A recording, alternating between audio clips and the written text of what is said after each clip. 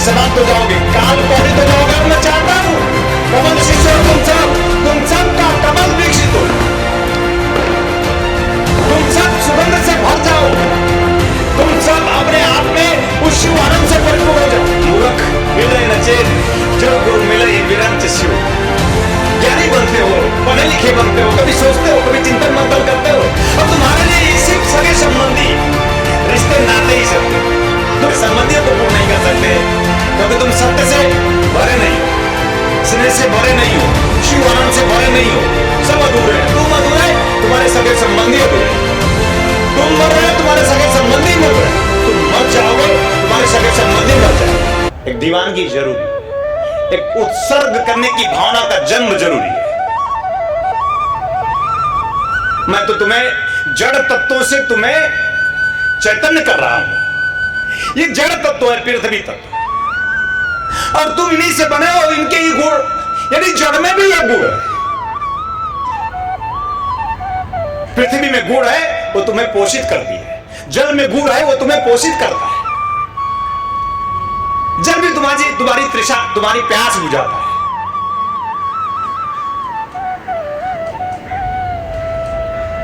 जल पीकर तुम सुखी होते हो, जल पीकर तुम तृप्त होते हो। यह एहसास भी करते हो कभी? खूब प्यास लगा हो और एक गिलास जल मिल जाए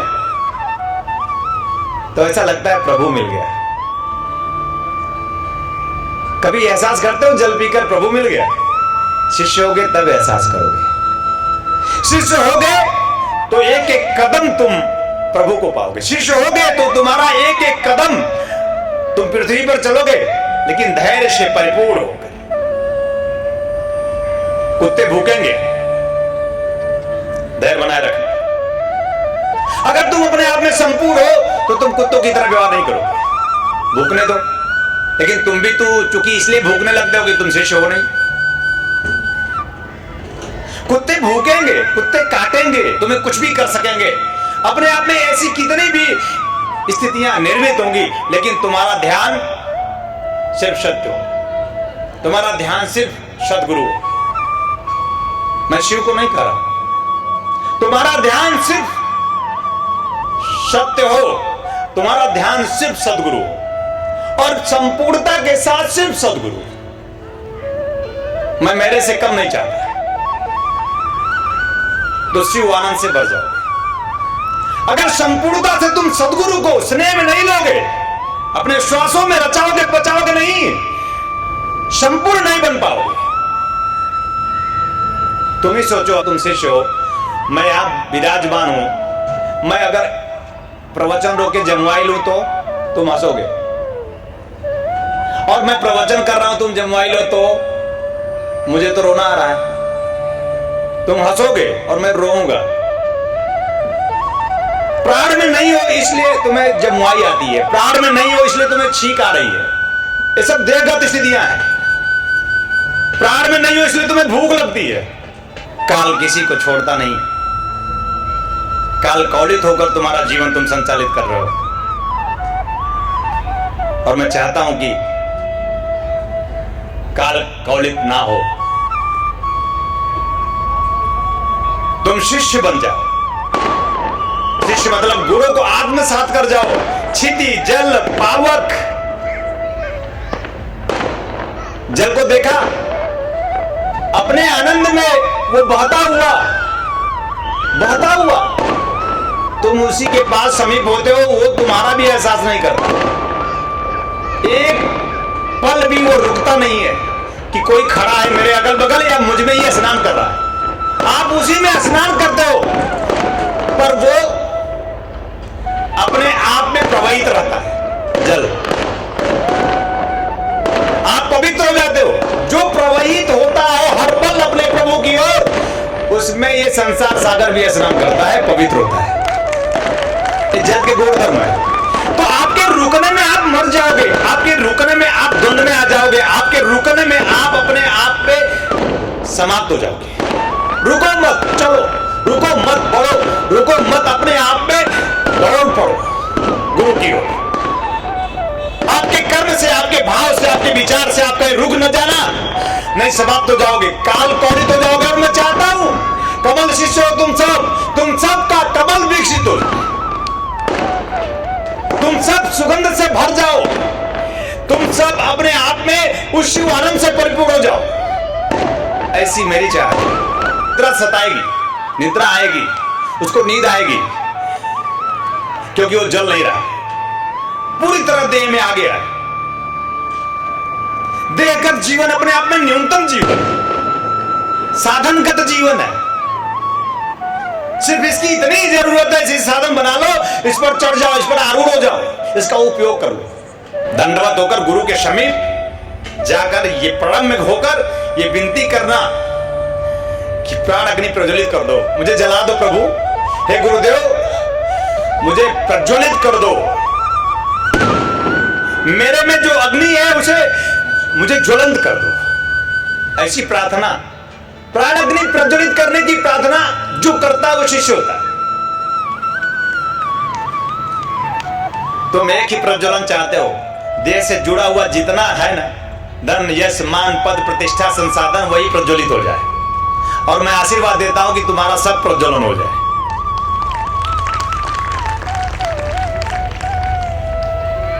अग्नि जैसा गुण धर्म, अग्नि प्रतीक है, वो प्रतीक है अपने आप में संपूर्णता का। अग्नि सब भस्म कर देती, अग्नि में ही सब भस्म होता है। कोई उसका सगा नहीं, कोई उसका संबंधी नहीं है। अरे पृथ्वी का कोई सगा है? जल का कोई सगा है? अग्नि का कोई सगा संबंधी है? मूर्ख हृदय नचेत जो गुरु मिले विरंच शिव। ज्ञानी बनते हो, पढ़े लिखे बनते हो, कभी सोचते हो, कभी चिंतन मंथन करते हो, और तुम्हारे लिए सिर्फ सगे संबंधी रिश्ते नाते ही सत्य हैं। तुम संबंधियों को पूर्ण नहीं कर सकते, क्योंकि तुम सत्य से भरे नहीं हो, स्नेह से भरे नहीं हो, शिव आनंद से भरे नहीं हो। सब अधूरे हैं। तुम अधूरे, तुम्हारे सगे संबंधी अधूरे। तुम मर रहे हो, तुम्हारे सगे संबंधी मर रहे हैं। तुम मर जाओगे, तुम्हारे सगे संबंधी मर जाएंगे। उठो, नर्तन करो, अग्नि को प्रज्वलन करने की भावना में आओ, देह से, तन से और मन से प्राण उतरने की सोचो, अन्यथा मेरे रहते तुम कालकौलिक होगे। उम्र हुई जाती है कि उम्र नहीं हुई जाती, काल देखता नहीं, कितने साल का हुआ देख के आता है। ये सब इसलिए कि एक गुरु का प्रहार जरूरी है। तन मन सिर्फ चिंतन होगा तो प्रहार करेगा प्राणम उतरने के लिए। एक ताकत चाहिए, एक क्षमता चाहिए, एक आग चाहिए। और तुम अग्नि से बने हो, अग्नि हो, अग्नि स्वरूप तुम्हें होना है। अपने आप में जब तक तुम अग्नि स्वरूप बनोगे नहीं, तब तक तुम्हारे विकार तन के मन के उसमें जलेंगे नहीं। ये अग्नि फिर भी तुम्हें अंतिम समय में जलाएगी। और मैं तुम्हारा गुरु हूं, मैं चाहता हूं कि तुम्हारी अग्नि तुम्हें अभी जलाए।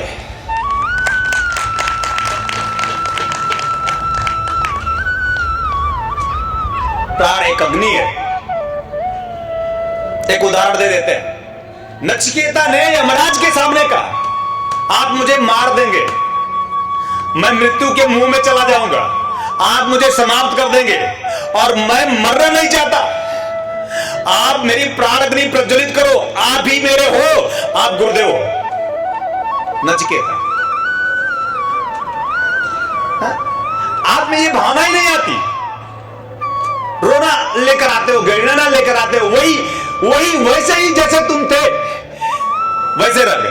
बूढ़े जवान हुए नहीं कभी, अंगारे बने नहीं कभी, सोले बने नहीं कभी, कैसी ऐसी चाहत हुई नहीं कभी, क्योंकि शिष्य नहीं हो। तो वो अग्नि जलाएगी, अगर नहीं समझोगे तो वो अग्नि जला देगी तुम्हें। कपड़े उतार लेते हैं लोग तन से,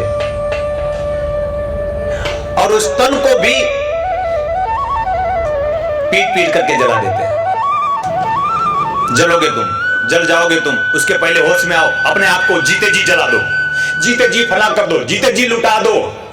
एक चेतनावान, एक गरिमावान बनना है तुम्हें, एक प्रभुत्व से संपन्न हो जाना तुम्हें। तो प्राण अग्नि प्रज्वलित करने के लिए नचिकेता ने यमराज से याचना करी।